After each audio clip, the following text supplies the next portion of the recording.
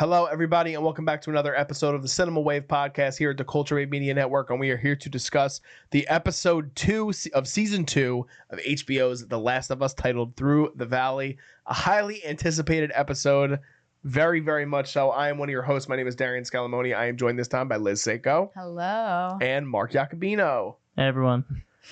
Guys, lots to talk about. Lots and lots and lots to talk about. So, at this point, if you clicked on this review, you are probably aware of what we're going to get into. But for the sake of the people that may not and might just want to check out our stuff before you watch the episode, we'll start with a few non-spoilery things.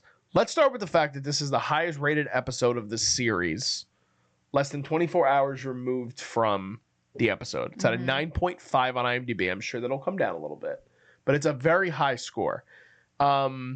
Coming off of Liz, you weren't here for the first episode, for the premiere. So coming off of last week's episode, I don't know how you felt about that, but coming into this episode and kind of what is in this episode, the meat of it, how do you feel coming off of episode 2? I'm not well, to be honest. So for anyone watching, I had no idea anything about this episode. I didn't know what was happening. I was jaw on the ground. I won't get into the spoiler for the people that haven't seen it yet, but it is a shocking, shocking episode. And even taking like the shocking element out of it, about halfway through this episode, I was saying to my husband, Tyler, I was like, this is a great episode right now. So even taking out the shocking plot line, it was just a very well done episode. And the momentum was incredible, which I think was needed because the first episode kind of was a little dragging a little bit, especially for somebody that I don't know anything that's coming. Just as like an avid television watcher, for me, it was a little bit of a heavy setup episode, the first one, which kind of, I was like, oh God, I was like, I hope that like this starts going. And so for this episode to just be a mountain and a monster of a twist is kind of a great thing to like slap everybody in the audience and be like, buckle up, this thing's gonna take off now. Yeah, Mark, as someone who's played the game, you knew what was coming, but again, sticking to non-spoiler thoughts, the episode as a whole, how did you feel they did? Yeah, even as someone who played the game, they made a lot of major changes in this episode, which I really enjoyed for the most part. They might not seem like major changes in the moments for people that have played the games, but later on, I think there'll be some big payoffs. But yeah, I really enjoyed this episode. I think the action was tense. It wasn't maybe as like just throwing zombies at the wall. I think there were some interesting set pieces. I really like the whole mountain sequence with Abby being chased, and in the end, I think it delivers on what it needed to, and yeah, I'll leave it at that before we get into the big spoilers. Yeah, so this is an episode that's directed by Mark Mylod, who had done 16 episodes of Succession, a prestige HBO series. He also directed 6 episodes of Game of Thrones. He also did The Menu. The film came out a couple years ago, and he's actually the next person to do he's going to be leading the Harry Potter series at HBO, which I think is interesting. But I am someone who unfortunately have not played the game, but I also unfortunately knew the twist. I knew what was coming, but still, as a singular episode of television, I do think that it's definitely the most standout of the series thus far. I think that it is something, not that there aren't other good episodes. I appreciated season 1, I think, more than you did, Liz. And Mark, I think we're probably on the same plan. Yeah. I still think season 1 has 2 episodes that I'd put above this one, but I agree for the spectacle. I think it is the most, out there episode of the series. I'm curious if the director, you said he did Game of Thrones, did he direct Hard Home? Because this felt very Hard Home. What season is that? That was season 5. He did High Sparrow and Sons of the Harpy in 5, Broken Man and No One in 6, and Stormborn and Queen's Justice in 7. Okay, never mind then. I thought this was giving Hard Home 5, so I was curious if he directed it. But it is one where, and again, Neil Druckmann, the creator of the game, is very heavily involved in the series, and Craig Mazin, Jersey, shout out to you, Craig Mazin, is the creator of the show, and they work collaboratively. And I watched the after featurettes. I know a lot of people usually don't. I really like to see how they make the episode and how that came together and stuff like that. One of the big things before we go into the spoilers we could touch on a little bit more when we start talking spoilers, is that Kaitlyn Dever, who plays the role of Abby, who has a major part in this episode, shot this 3 days after her mom, she had her mom's funeral. Oh my God. Which I think adds to the raw emotion and the performance that comes out from her as Abby in this episode. So I am excited to talk spoilers, and it's really hard to not talk about this episode without talking spoilers. So Do it. we're going to be talking spoilers. If you guys haven't had a chance to watch the episode yet, thank you for supporting us. Pause this, go watch the episode, and come back. You've been warned. 3, 2, 1. Spoiler talk. It's a jolt of energy, like you said, Liz. It's something that they inject into the series that one. It also makes me think back to, and I think we might have talked about this, Mark, last season. This show could only work on HBO because of something like this. I couldn't see this working on any other network. I think that this is something that is on the level of, and they compared it to, and they said it's comparable to the Red Wedding, especially if you don't know the game. Not on the same level, obviously, because it's a bigger story, it's more characters, a lot more kind of riding on it. But they take the bold swing to kill one of their two main characters in episode 2 of the sophomore season of a highly regarded television series. Also, when one of them is arguably one of the biggest stars on the planet right now with Pedro Pascal.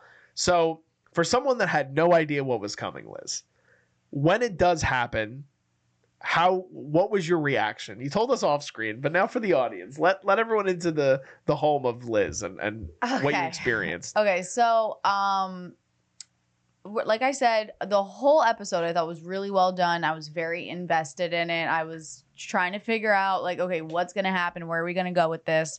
Probably about halfway through the episode, when the invasion was happening, I was like, okay, I think the town is going to be completely obliterated, and then the 4 people who are like out, who is Joel, Ellie, Dina, and Jesse, right? I was like, those are going to be the only survivors, and then it's going to be them trying to like rebuild and like go find a new place. Like, I'm like, this is definitely what's going to happen. And then I was like, okay, yeah, they're all starting to get together in the same like building. Maybe they'll team up. Maybe like Kaitlyn's character, what's her name? Abby, will be grateful that like they saved her in a way, and like humanity will come back into this. And then when she like starts just kind of beating him and like torturing him, I was like, okay, somebody's gonna come save him. And then I started thinking Ellie's gonna come in, and it's gonna be a total flip of their relationship right now, and she's going to be the one that saves him. So then they'll be even in a way, and then their relationship will be able to move on from the past. And then all of a sudden, like, she picks up the golf club that's already like broken, and I just hadn't really thought that he would get killed. And then all of a sudden, when they showed her slowly picking up the golf club, there was just something where I was like, why is this so specific right now? Like, I just don't think that they would be showing us that specific of an item unless it was going to be used.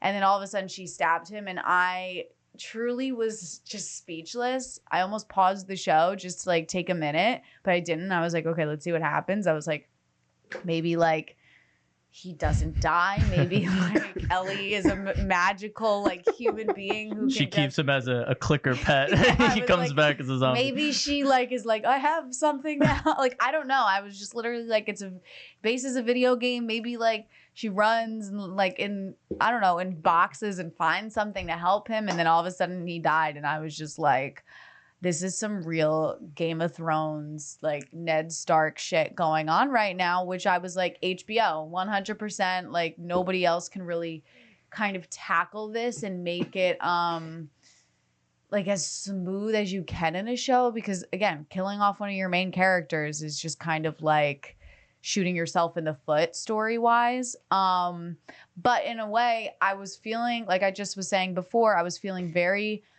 not energetic in the first episode of this, and now they've got me kind of backseated of like, okay, I don't know where we're going. Truly, I don't know. The town's a mess. The town's ruined at this point. They probably don't have a lot of survivors. Ellie's probably going to go on a vengeance like rampage trying to get back at Abby. And then it also takes on like the whole emotional and kind of mental conversation of like, they both did the same thing. Like she killed somebody for her father. So now Ellie's going to also kill for her father. So it's kind of like the parallel of who's the bad guy, and is either of them the bad guy, or do they deserve what they're getting? So I have a lot of thoughts, and I feel like this was the best thing because I was not a big fan of last season. I really didn't enjoy it that much. I thought that it felt very kind of just stagnant because they wanted to do such an homage to the game that they were kind of like, okay, let's hit the main plot points. But this for me felt very real and very just a slap across the face that I wasn't ready for. Mark is someone who has played the game, very much enjoys the game. The execution is a bit different than the game, which I know you'll, I'm sure, talk about the detail of it. But how did you feel that they pulled it off in episode 2? Yeah, I mean, for the non-spoiler people, I was hiding in plain sight the murder weapon right here. But now that all the spoiler people are here, you can all get in on the joke. Yeah, as someone who played the game, the funny thing is it's even more shocking in the game because you don't have the motivation of why Abby's there. You just get thrown in and you play as Abby, and then she runs into Joel kind of serendipitously, like you see in here. She just sees a hand and she grabs the hand, and you get up and you're like, oh shit, that's Joel. And now you have two people in this show you knew, like once she saw him, like the tension was on because you knew what her motivation was. In the game, you just knew she was there, but you were like, why is she there? And then when this scene starts unfolding where she shoots his leg with the shotgun, he goes down, you're like, oh my God, what is going on here? And then it just escalates and escalates. And then you get to the moment where it actually happens and you're like, wow, what a move to start your game off of. And as you said, this is very in line with what HBO does. They always subvert expectations, and nothing's more subversive than taking away one of your main characters from the first season and really the lifeblood of the first season. Like, even with Game of Thrones, obviously Ned Stark was the main character of the first season, but it was a true ensemble show.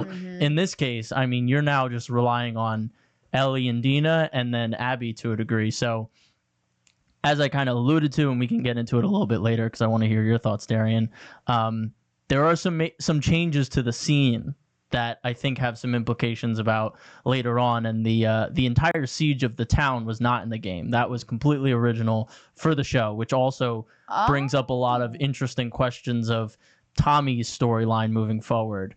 Because Tommy in the game is there for Joel's death. It's not Dina. It's not Dina. It's Tommy. So they switch places here, which is exciting because, again, for someone who played the game, that just came at me. As someone who played the game, it gives me something to look forward to, like how are they going to change it? And as someone who didn't love the ending of the game, I think it also opens up a big opportunity to maybe fix some of the things that were divisive about the game. So yeah. So from my perspective, again, as I alluded to earlier, I know that scene. I don't know anything else about the game. I just know that. And from this point on, you just knew that. I just knew that scene. And it was, shout out to my cousin for spoiling that for me years ago, playing the game, because we both played the first game and I didn't play the second one. But I did know that Tommy was in the room. And so I wasn't sure if the siege was a part of the game and it happened later, if the siege happened before that. So that was something, and I learned in the featurette, it's just for television purposes, it does such a great job of throwing you back and forth between the chaos that's unfolding. And the town sequence is so well done, man. It's so well done. They actually filmed in a blizzard. They literally did. They filmed this whole episode in a blizzard. And I think, again, like the movie making of this, the television making of this, is that it is such a testament to paying homage to the game and paying respect to a really crucial point of the game, regardless of how shocking it is, but doing it in a way where you said, Mark, it opens up the possibility of so many different things. Neil Druckmann did say specifically, or Craig Mazin, the creator of the show, said that they felt with the Dina relationship, you see, though it is minimal in the first episode, there is a deeper feeling that you see between Joel and Dina, where he cares for her more like a daughter at this point than Ellie. And that's kind of admitted in the conversation he has with Catherine O'Hara's character. So he said part of the reason they wanted to do that was because he felt that they were comfortable enough with each other that they would go out together and do that. And so when you see everything unfold for Tommy too, it is exciting to see how they can kind of tell this story going forward, because I don't know much else going forward. I know of a character that we're going to get. I don't know anything about the character. I just know who the actor is that's playing the character because he plays the character in the game. That's the only thing I know going forward. And we talked about that last week. Not on the episode, but I think off camera. But I'm really excited because I do think that this throws so much out in the open of what can happen going forward. And I think that Kaitlyn, it is interesting to me that you don't have any of that background on Abby's character. I think that it again kind of serves itself to a different medium in terms of video gaming and how it could be even more shocking. But I do think that you get moments in this episode that elevate her performance because you know what happened to her. Even the opening sequence of her having that vision, being like, "Don't go in there." Like it's powerful. And knowing now that she shot that episode 3 days after her mom's funeral, it's like, man, that's like raw emotion that's happening when she's beating the shit out of Joel. You know what I mean? Well, like I said last week in our episode, I thought the biggest opportunity the show had was to rearrange the story structure from the game. I thought that Abby's character, had a big opportunity to get this empathy early on that she maybe didn't have in the game. And I think it's important that they did that. And I was looking forward to it. I'm glad that they solidified that here. And moving forward, again, we're kind of in uncharted territory because in the game, you don't learn about Abby's motivation until much later on. But so you do eventually. You do eventually learn that, Joel was the one to kill her father, who was the doctor. But here it's presented so early on that it just opens it up to such an interesting exploration of her character that we didn't get in the game, or they tried to do in the game, and for some people it worked, some people it didn't. But I think, because it is that medium change and you don't have that connection with the characters that you may have because of the interaction that video games provide, I think that they needed to make that switch. So that was exciting for me just as someone who played the game. Yeah. You have anything? Yeah, I mean, I like knowing that I guess in the changes that they're making, I like that they're giving us more into Abby's character because I truly, I see on the internet people are like, fuck Abby, like she's the worst. Low-key, like she's doing literally the same thing that Ellie's about to do. So I don't fully hate her. Yeah, what she did is definitely messed up. Like she just killed somebody for full vengeance, and that definitely even puts it more in a spotlight when the people that she's surrounded with are not on the same page about killing him. Like I think it makes it even more realistic seeing her friends not be able to watch her do this, but it also shows the pain that she went through and how she wants him to feel it. I don't hate her though. I don't think that she's the complete antagonist, and I think that that's smart because by killing off their main character, who honestly was probably the heart of the show and the most likable character, to just have a bunch of unlikable characters isn't gonna play well. Because I also think Ellie isn't necessarily the most lovable character right now. I think it's definitely gonna get everybody back on her side. But the first episode, she kind of sucked, honestly. And then this one, I don't think that you get too much of her personality for it to keep going or see a big change. So right now, everybody's feeling bad for her. But it's the same feeling. I don't know. It's they're both on the same path. Abby's just 10 steps ahead of her. This is so interesting to hear because I know that so much of what Neil Druckmann talked about with that game was being able to see it from both sides. And I think that's why some people don't like it. Correct me if I'm wrong, but it's some people don't like that we have to then feel sympathy for Abby when it's we just had a whole game with Joel and Ellie where you built that whole relationship and now you expect us to just care about this character when we don't have that exposition that we now have in this show, which is why I think, Liz, you're feeling that they're on an even playing field because you're understanding what came before. And it's well, Joel killed for her and she killed for her dad. And the same thing kind of happened. So what do you think in terms of, because we talked a little bit and we're not going to make this all about the game, but it's based on the game.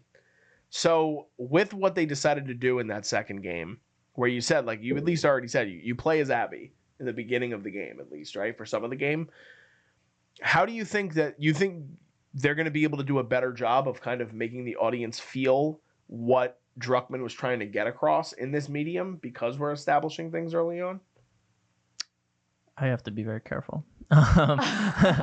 Yes, I think that there was an opportunity for improvement. I think he took what fans maybe said that maybe he didn't take to heart when it first came out. I think he was very defensive of the game when it first came out, which is totally fair. I mean, these are his characters. And I think, yeah, it was just a very ambitious thing that he was trying to do. And I think when you get a second crack at something like this, that he's going to take advantage of it. And I hope it works out. I mean, I also think right away casting Kaitlyn Denver in this role helps the likability go up immensely, because I don't see her as like like she doesn't give off just like she's a likable person, I think, just on camera already. So I think just the casting helped. Yeah, well, Yeah. But do you disagree? Like, well, the was she character, not based on supposed what- to be like this? Based on what Mark said, in the game, the character is very big in stature.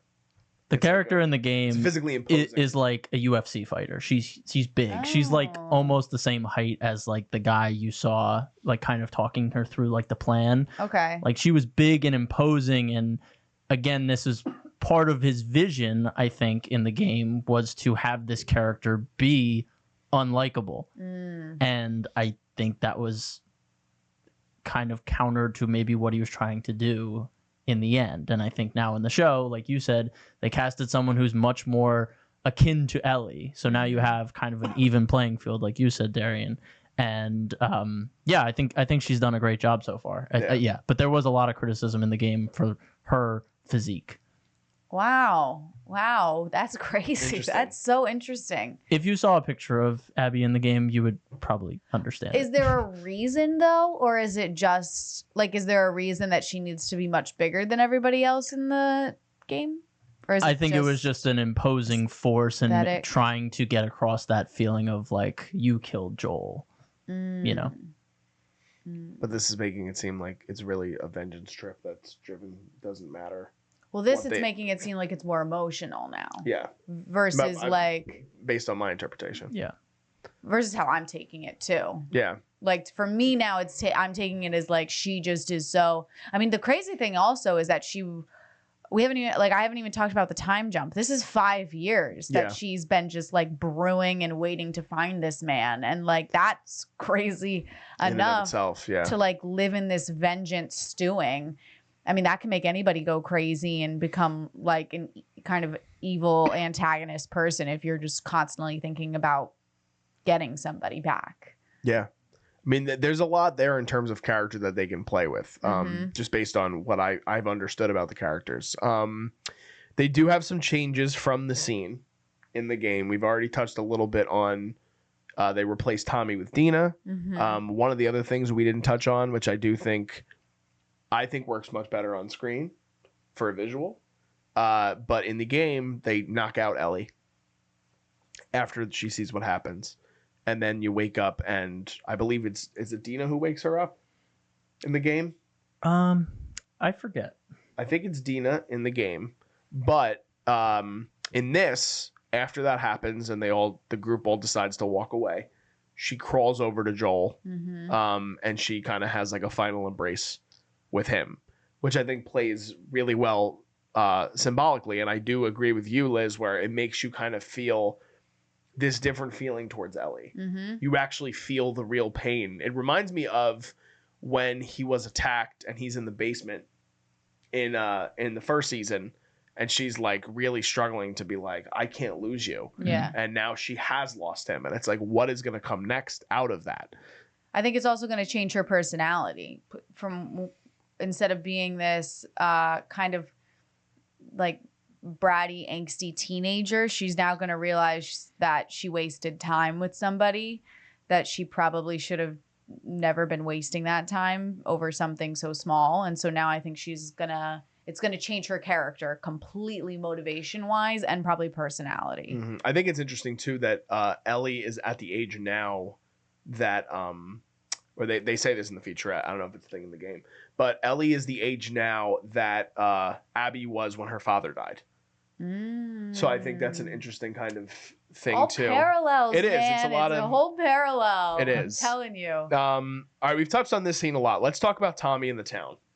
Sure. Let's talk about Tommy in the town. That shit was crazy. Crazy. That shit was crazy. I felt like I was on the like wall in Game of Thrones. Honestly, at points, I was like, "This is giving me back." Did you think that he was dead from the bloater, or you thought he was getting out of that? The big monster guy. Yeah, honestly, like low-key, honestly, how did he make it out? That's probably my only beef. That like that man should have died 100%. But I get it. At that moment, I didn't realize that Joel was gonna die, so I was like, "You're like, oh, come on, right, we gotta kill somebody here." But just the fact that this, what do you call it? Bloaters. This bloater is not even affected by this fire, and then all of a sudden it's just like, I'm gonna die now. I was like, what is happening? So that was crazy. I just really thought it was done so well, and the fact that it wasn't a part of the game is blowing my mind a little bit more, because the way they're so prepared, it made me as the audience member be like, okay, we're gonna like see like kind of a war go out, but they're gonna crush it. Like they're prepared. Like they had a template. Like they knew what to do. They got fire. They've got like plans. They've got it timed out. So I was like, we're just gonna see some crazy stuff go down, but they've got it under control. And I just loved that all of a sudden it was just utter chaos, and they actually got into the town, because it showed how like, I don't know, it just reminds you as the audience of like the threat and the overpowering that these creatures have, and that it really isn't just 5 or 10 of them, it's hundreds that are just popping up out of nowhere. Yeah, I love that it's all done through a network too, which I think is so interesting, like how you pay. What do you mean a network? The network of the cordyceps. Like they were all chasing after Abby, and then all because those spores are in the twigs in the pipeline, that is what attracts all of them to just turn. It's like a hive mind. It's just like, was it really? Yes, you didn't catch that when No, they I cut open didn't. the pipeline and they started like kind of coming out of the twigs. No, I thought that was just to be a reminder that like that it was there, that these things are everywhere. No, it's like it's like an intelligent like hive mind kind of thing, where it's like they all got attracted to that kind of coming. Okay. Which I think just makes it like, when you know that looming threat is always there, and these cordyceps are everywhere, like, is crazy to me. What did you think about the whole sequence, Mark? I thought it was cool. They definitely have been putting a lot more of an emphasis on the intelligence of the cordyceps that I think was not present in the game. So like when there was a breach or there was a weakness in the wall, like they all started flooding towards that without talking. They were just like, I know where to go. They all started going that way. The bloater opened it up and they all flooded in. I thought that was really cool. I loved the shot of all the bullets on the as they were just unloading, and then you just see like the shots of all the cases that they're emptying, and they're still weren't making a difference. Like there were still so many in the horde. My only issue was the dogs. Like sending the dogs into there to start attacking the cordyceps. I'm like, I feel like if you eat a zombie with fungus in it, like the dog's now going to turn into a zombie. I'm like, this is a weird anti-zombie mechanism. Are the dogs in the game at all, or no? They're in the game, but they're not for eating zombies. So that was maybe the dogs know to spit it out. maybe they know. They're like, this is nasty. They're like, this doesn't taste good at all. I'm not gonna turn into a zombie. I'm just trying to protect the dogs here. Absolutely. I didn't like that they sent them into the I'm like, you guys got guns, leave the dogs. Seriously, no, we are dog approvals. Like, we love dogs here on this network. Yeah. We don't want them to send dogs to No. to their. Well, those dogs went to town. They did. They went in hard. That was crazy. Yeah, I mean, it's there's a lot with this episode. There's still the stuff with Dina and Ellie going forward and how they're going to be able to handle things. There's still certain characters that we need to be introduced to. There's still characters that are going to play a bigger role, I think, probably going forward. I mean, Dina, obviously, I think that there's going to be more to come with her. What did you think about Dina, without spoiling, I guess, Dina being in the room rather than Tommy, and what that could mean?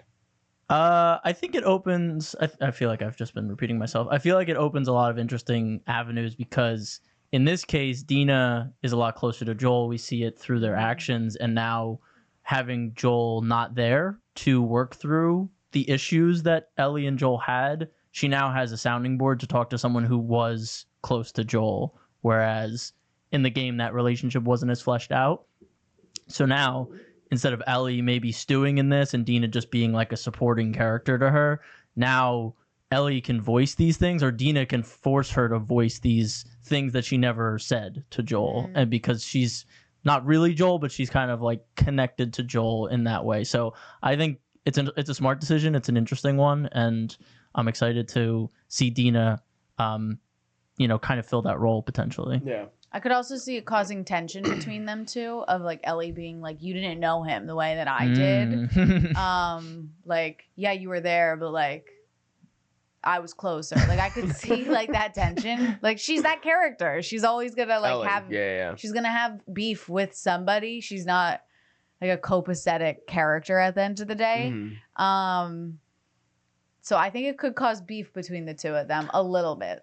As someone who hasn't loved the show as much as majority of audiences, how do you feel going into next week? Is this the highest you've ever been on the hype train for the show? 100%. This is the most anticipating feeling I've had so far for an upcoming episode. And I think it's really because I don't know what they're doing. I don't know what the goal of the show is kind of anymore, except this my theory of Ellie going on this vengeance tour, kind of trying to get to Abby. That's really the only thing that I can think of story-wise.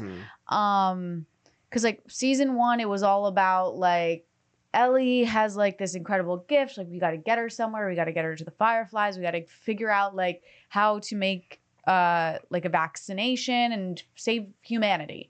Now I just like don't know what the like goal is except vengeance. And that intrigues you.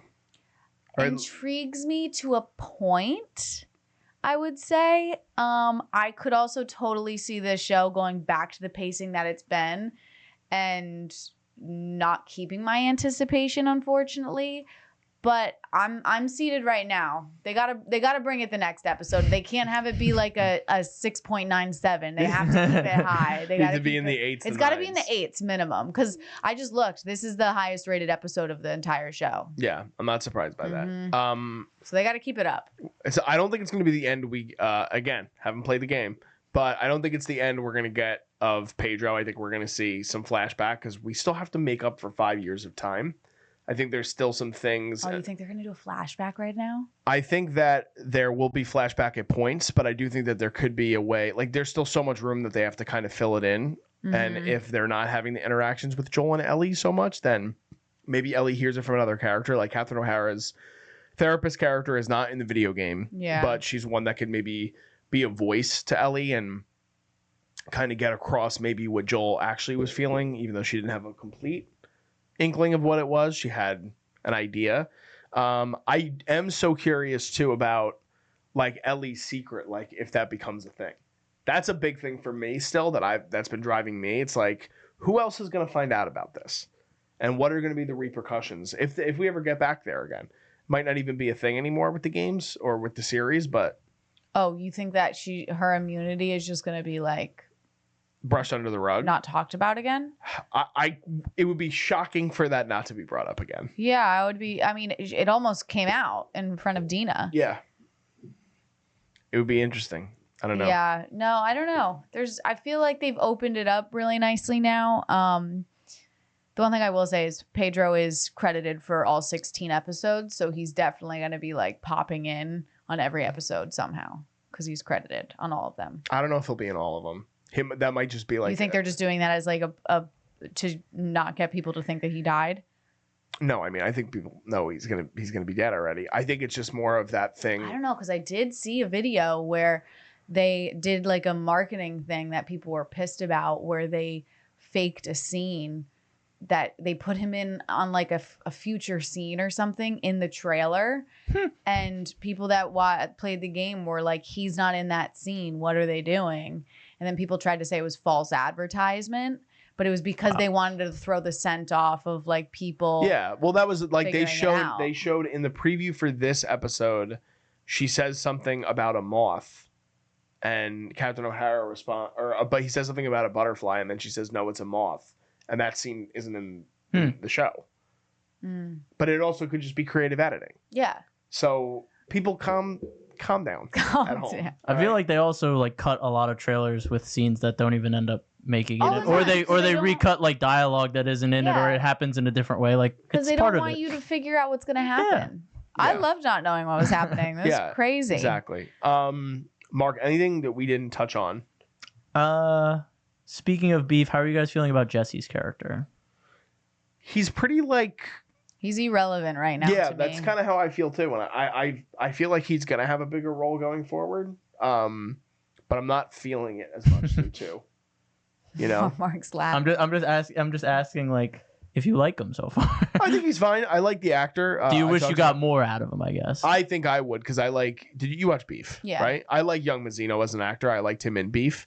I know he's very accurate to the game, like the look of the character and kind of the things he's going through with Ellie. And you have like legit actors that are in the show that I'm excited and interested to see where they go with them. Like Danny Ramirez again is like he's a known name now at this point. Tati Gabriel, like or Gabrielle, I should say, she's someone who it was a massive character in the series You, so people know her. She's a familiar face. And Dina, I mean, I think Isabela Merced. This is how I feel personally, and I think you felt a little differently. Like I like her energy in the show. I like her as a performer. And that's why I'm excited to kind of see the dynamic between Dina and Ellie and how that's going to kind of happen. And we know that they're going to be on the lookout for this crew. So we're going to see something kind of come in the middle of it. I just don't want some like love triangle thing going on, but I feel like they've already set like the Easter eggs for that a little bit. Even though like I just don't want it. I don't want it. Yeah, I wasn't trying to imply anything with Jesse. I was just curious because he's kind of like a main like piece of this episode, but you don't really get that much. So as someone who like played the game, like I know what's going on with him, but I'm curious like as people coming into it fresh, like, oh, is this like an interesting character to you or not? Not yet. Yeah, I'd say the same. Not yet. Yeah, I'd say the I don't same think so there was far. enough of him so far. He's only just kind of added things to give more depth to other characters rather than himself. Yeah. I think that's fair.